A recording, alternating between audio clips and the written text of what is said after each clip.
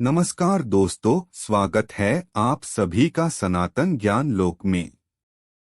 आज हम जानेंगे 20 साधक के गुण। इससे पहले अगर आप कुछ नया सीखना और जानना चाहते हैं तो चैनल को सब्सक्राइब जरूर करें।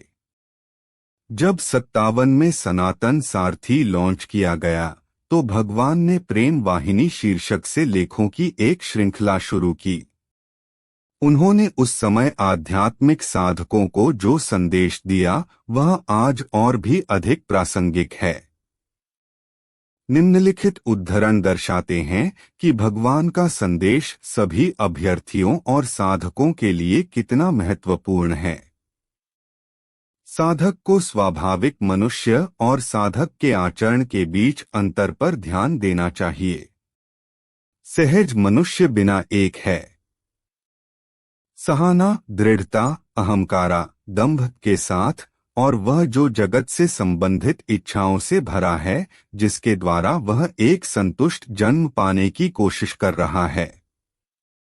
साधना पुरुष वह है जो सागर की लहरों की तरह सर्वेश्वर चिंतन में निरंतर लगा रहता है, जो सभी के लिए समानता और समान प्रेम का धन खजाना जमा करता है, जो इस विचार में संतुष्ट रहता है कि सब कुछ भगवान का है और कुछ भी नहीं उसकी है।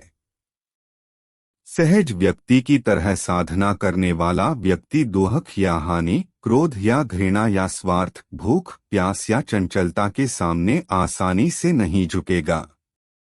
व्यक्ति को जितना संभव हो उपरोक्त सभी चीजों में महारत हासिल करनी चाहिए और जीवन में धैर्य, साहस, खुशी, शांति, बातचीत और विनम्रता के साथ यात्रा करनी चाहिए। एक ईश्वर प्राप्ति के लिए साधना आवश्यक है।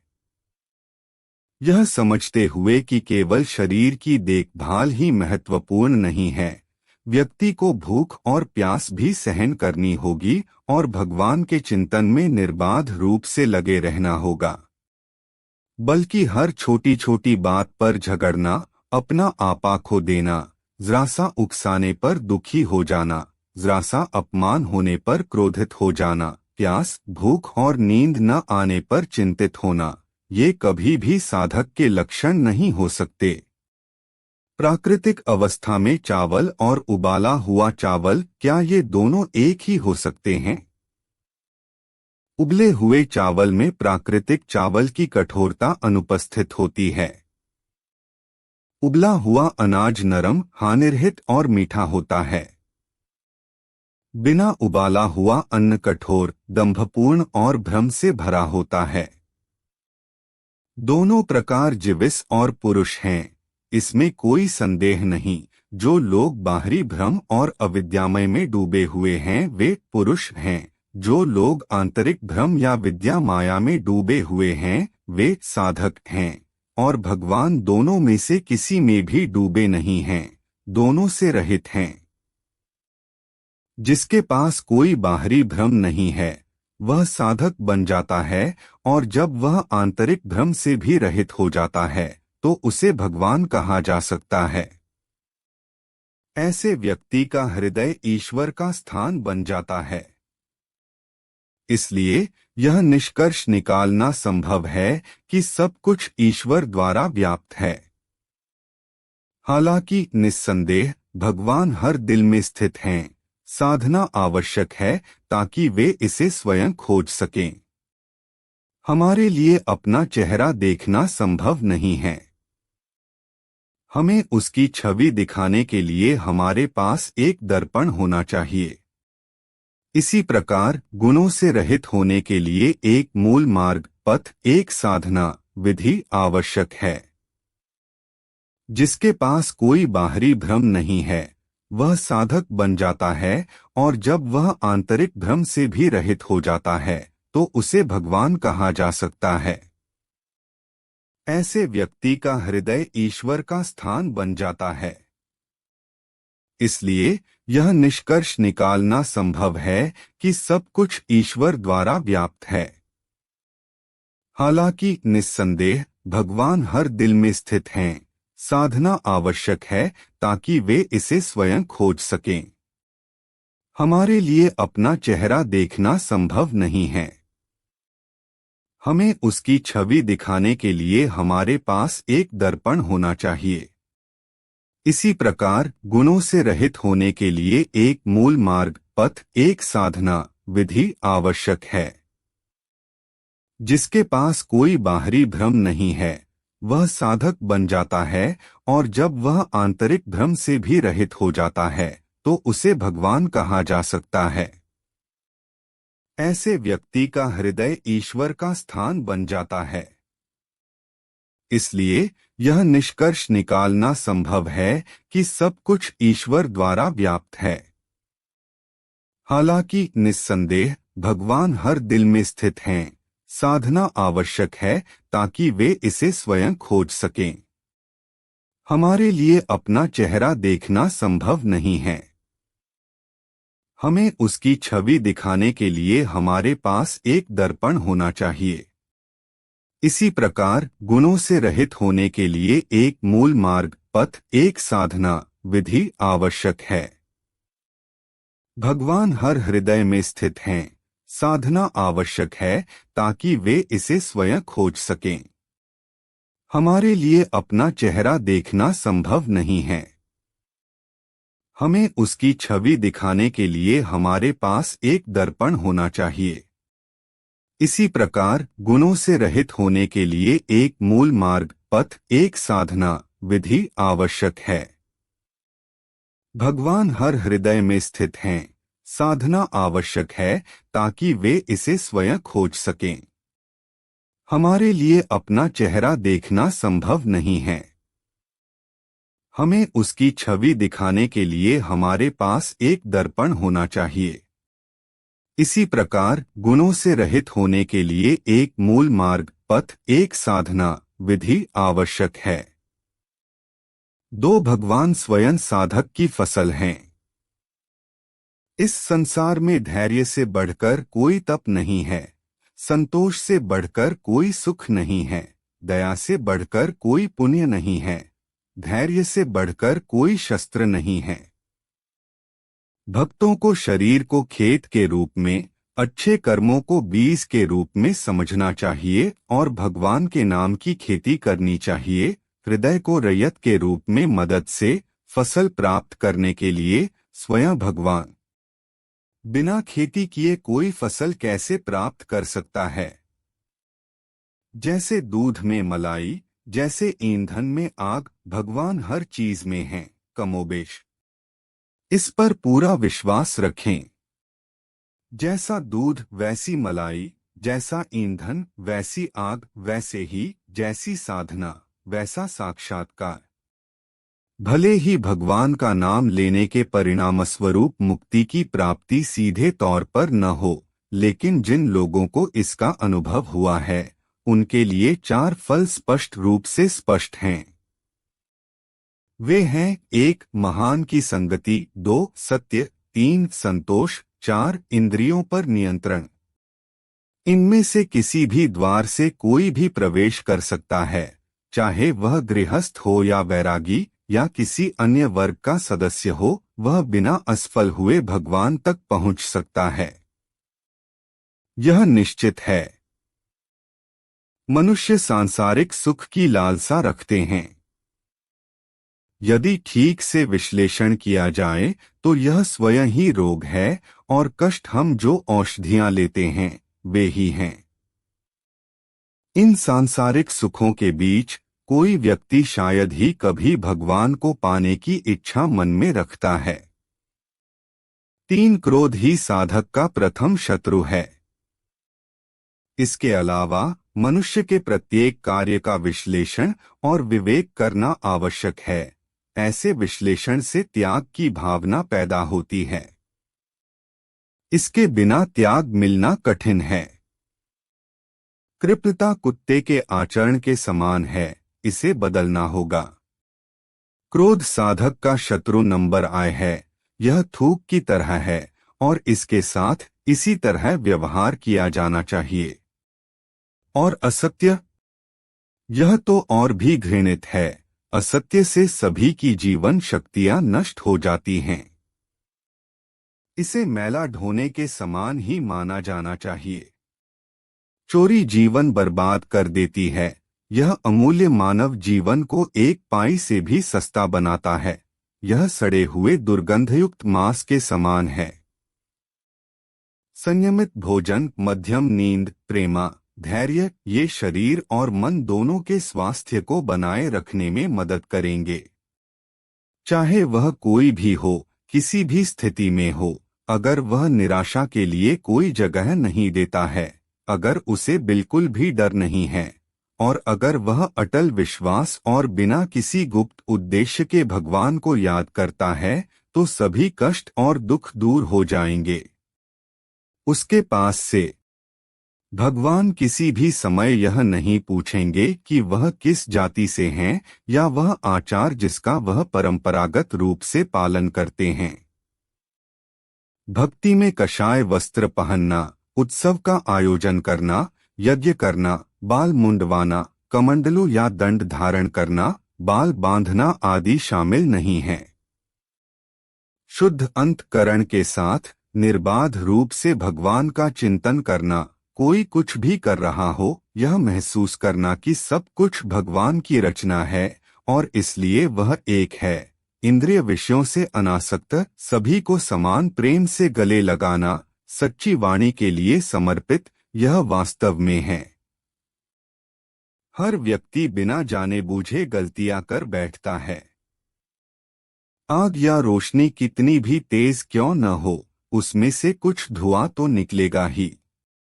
इसी प्रकार मनुष्य चाहे जो कुछ भी अच्छा कार्य करे, उसमें बुराई का सूक्ष्म अंश भी मिला हुआ होगा। लेकिन यह सुनिश्चित करने का प्रयास करना चाहिए कि बुराई कम से कम हो, अच्छाई अधिक हो और बुराई कम। बेशक मौजूदा माहौल में आप पहले ही प्रयास में सफल नहीं हो सकेंगे। आप जो कुछ भी करते हैं, बात करते हैं या क्रियान्वित करते हैं, उसके परिणामों पर आपको सावधानी पूर्वक विचार करना चाहिए। 5. आपको वैसा ही होना चाहिए जैसा आप चाहते हैं कि दूसरे बने। जिस प्रकार आप चाहते हैं कि दूसरे आपका सम्मान करें या आपके साथ व्यवहार करें, उसी प्रकार पहले आपको दूसरों के साथ व्यवहार करना चाहिए और उनसे प्रेम तथा सम्मान करना चाहिए। तभी वे आपका सम्मान करेंगे। इसके बजाय दूसरों का सम्मान और प्यार किए बिना यदि आप शिकायत करते हैं कि वे आपके साथ उचित व्यवहार नहीं कर रहे हैं, तो यह निश्चित रूप से एक गलत निष्कर्ष है। इसके अलावा जो लोग दूसरों को कौन से सिद्धांत सही हैं, कौन से सच्चे और अच्छे हैं, कौन सा आचरण सर्वोत्तम है आदि के बारे में सलाह देते हैं, वे स्वयं अपनी दी गई सलाह का पालन करते हैं, फिर सभी को वह सलाह देने की कोई आवश्यकता नहीं होगी। अन्य लोग उनके सभी सांसारिक हानियों, कष्टों और चिंताओं को केवल अस्थायी और क्षणभंगुर के रूप में लेते हुए और यह महसूस करते हुए कि उनका सारा जप और ध्यान केवल ऐसे दुख को दूर करने के लिए है। साधक को दोनों चीजों को अलग अलग रखना चाहिए, उसे इसके साथ और इसे के साथ मिलाए बिना। उसे समझना चाहिए कि हानि, पीड़ा और चिंता बाहरी हैं, इस दुनिया से संबंधित हैं, और जपम और ध्यान आंतरिक हैं, भगवान के लिए प्रेम के दायरे से संबंधित हैं। इसे ही पथिव्रत भक्ति, पवित्र भक्ति कहा जाता है। दूसरी विधि जहाँ साधक एक नाम और रूप का चयन करता है और कुछ समय बाद उन्हें दूसरे नाम और रूप के लिए त्याग देता है, उसे व्यभिचार भक्ति, अपवित्र भक्ति कहा जाता है। साधक को दोनों चीजों को अलग अलग रखना चाहिए, उसे इसके साथ और इसे के साथ मिलाए बिना। उसे समझना चाहिए कि हानि, पीड़ा और चिंता बाहरी हैं, इस दुनिया से संबंधित हैं, और जपम और ध्यान आंतरिक हैं, भगवान के लिए प्रेम के दायरे से संबंधित हैं। इसे ही पथिव्रत भक्ति, पवित्र भक्ति कहा जाता है दूसरी विधि जहाँ साधक एक नाम और रूप का चयन करता है और कुछ समय बाद उन्हें दूसरे नाम और रूप के लिए त्याग देता है, उसे व्यभिचार भक्ति अपवित्र भक्ति कहा जाता है। साधक को दोनों चीजों को अलग अलग रखना चाहिए, उसे इसके साथ और इसे के साथ मिलाए बिना। उसे समझना चाहिए कि हानि, पीड़ा और चिंता बाहरी हैं, इस दुनिया से संबंधित हैं, और जपम और ध्यान आंतरिक हैं, भगवान के लिए प्रेम के दायरे से संबंधित हैं। इसे ही पथिव्रत भक्ति पवित्र भक्ति कहा जाता है दूसरी विधि जहाँ साधक एक नाम और रूप का चयन करता है और कुछ समय बाद उन्हें दूसरे नाम और रूप के लिए त्याग देता है, उसे व्यभिचार भक्ति अपवित्र भक्ति कहा जाता है। इसे ही पथिव्रत भक्ति पवित्र भक्ति कहा जाता है दूसरी विधि जहाँ साधक एक नाम और रूप का चयन करता है और कुछ समय बाद उन्हें दूसरे नाम और रूप के लिए त्याग देता है, उसे व्यभिचार भक्ति अपवित्र भक्ति कहा जाता है। इसे ही पथिव्रत भक्ति पवित्र भक्ति कहा जाता है दूसरी विधि जहाँ साधक एक नाम और रूप का चयन करता है और कुछ समय बाद उन्हें दूसरे नाम और रूप के लिए त्याग देता है, उसे व्यभिचार भक्ति अपवित्र भक्ति कहा जाता है। अगर यह अज्ञानता में किया जाए तो यह कोई दोष नहीं है, लेकिन एक बार यह जान लेने पर कि यह गलत और हानिकारक है और उस नाम और रूप के साथ ध्यानम और जपम को ईमानदारी से जारी रखने के बाद यदि उन्हें बाद में बदल दिया जाता है तो यह निश्चित रूप से गलत है। नाम और रूप का निष्ठापूर्वक पालन करना सर्वोच्च व्रत और सर्वोच्च तपस्या है। भले ही बड़े बुजुर्ग आपको सलाह दें, लेकिन अपने मन द्वारा अनुमोदित मार्ग को न छोड़े। बेशक कौन सा बुजुर्ग आपको सुझाव देगा कि आपको भगवान का नाम बदल देना चाहिए और वह नाम छोड़ देना चाहिए जिसे आप पसंद करते हैं। जो तुम्हें ऐसा करने को कहे उसे बुजुर्ग मत समझो, उसे मूर्ख समझो। पुनः ध्यान रखें कि जहाँ तक संभव हो ध्यानम और जपम का समय और स्थान परिवर्तित या स्थानांतरित न हो। कभी कभी जैसे यात्रा करते समय यदि स्थान बदलना भी आवश्यक हो जाए तो कम से कम समय तो अपरिवर्तित रखना चाहिए। इस प्रकार आध्यात्मिक धन संचय करके व्यक्ति निश्चित रूप से स्वामी बन सकता है और आत्मा को प्राप्त कर सकता है। 8 मनुष्य का धर्म। प्रत्येक मनुष्य को अपना जीवन इस प्रकार जीना चाहिए कि उसके कारण किसी भी जीवित प्राणी को कष्ट न हो। यही उसका परम कर्तव्य है। इसके अलावा यह हर किसी का प्रमुख कर्तव्य है जिसे इस मानव जन्म का मौका मिला है, वह अपनी ऊर्जा का एक हिस्सा प्रार्थना, भगवान के नाम का जप, ध्यान आदि के लिए समय समय पर निकालता रहे और खुद को सत्य न्याय के साथ जीने के लिए समर्पित कर दे। शांति और अच्छे कार्यों के लिए जो दूसरों की सेवा के लिए हैं।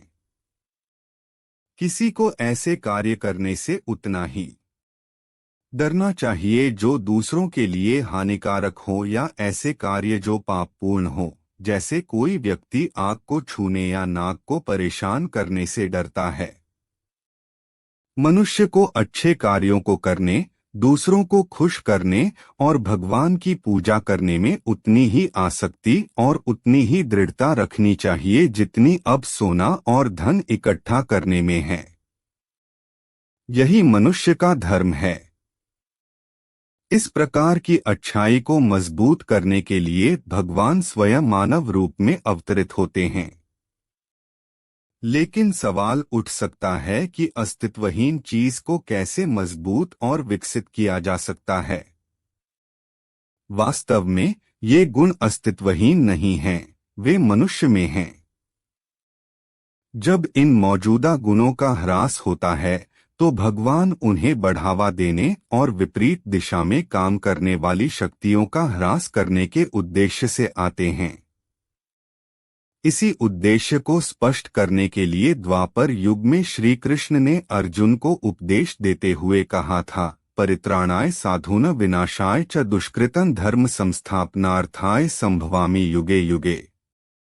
जब इन मौजूदा गुणों का ह्रास होता है तो भगवान उन्हें बढ़ावा देने और विपरीत दिशा में काम करने वाली शक्तियों का ह्रास करने के उद्देश्य से आते हैं। इसी उद्देश्य को स्पष्ट करने के लिए द्वापर युग में श्री कृष्ण ने अर्जुन को उपदेश देते हुए कहा था, परित्राणाय साधून विनाशाय च दुष्कृतं धर्म संस्थापनार्थाय संभवामि युगे युगे।